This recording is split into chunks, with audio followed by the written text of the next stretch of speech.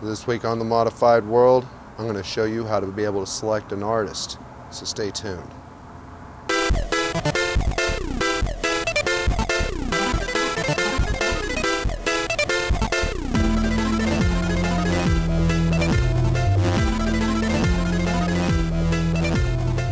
So welcome to The Modified World, the weekly web show about body modification, the people who do it, the people who get it, and why it matters.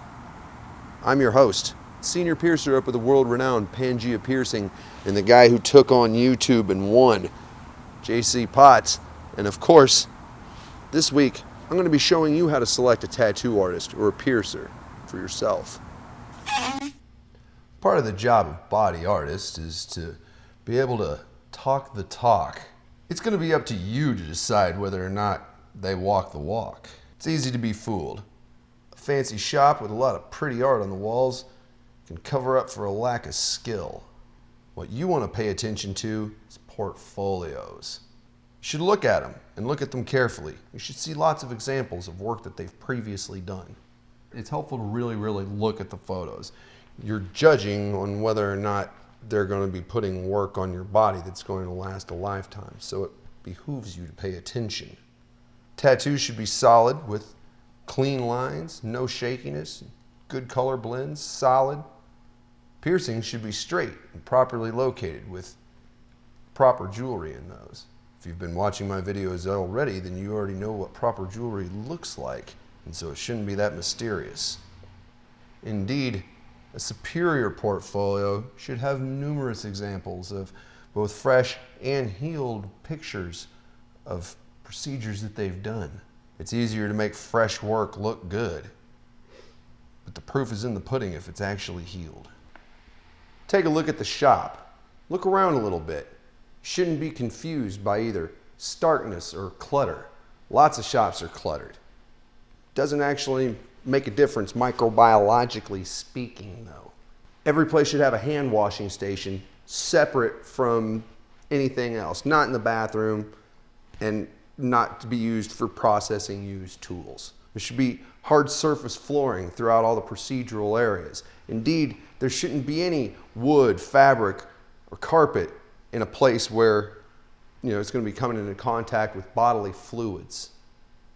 There should be a room especially for processing used tools and instruments. Everything ought to have a barrier against bodily fluids on it, or it should be sterilized before it comes into contact with your body.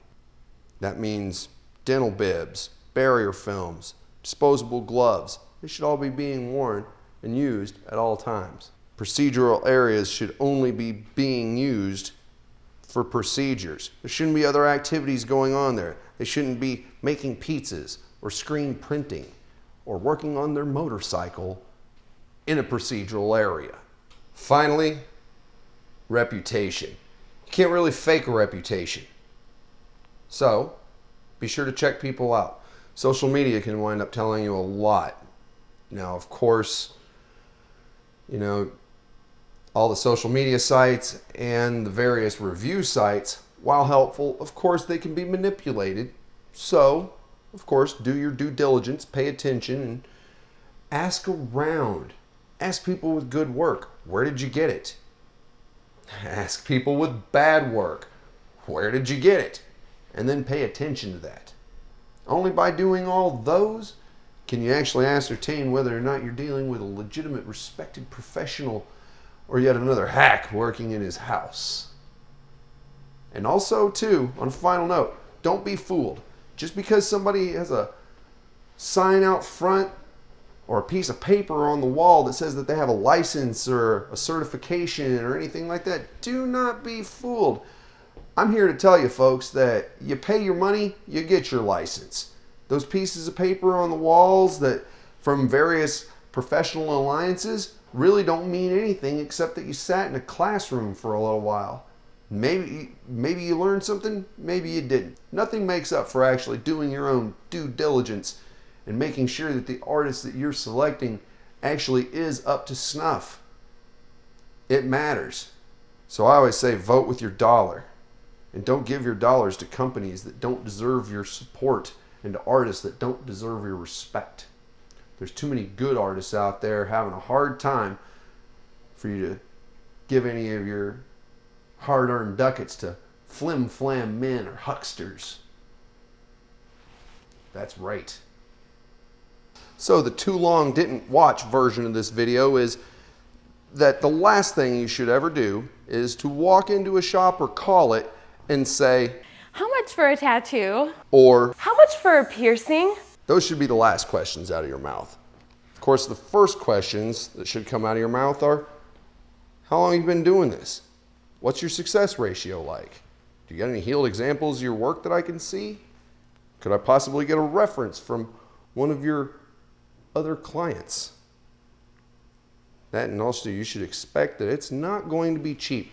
Folks, cheap work is not good and good work is not cheap. And that doesn't matter whether you're talking about building a house, getting something made, having a tattoo done, getting a piercing, getting plastic surgery, or hiring anybody for anything.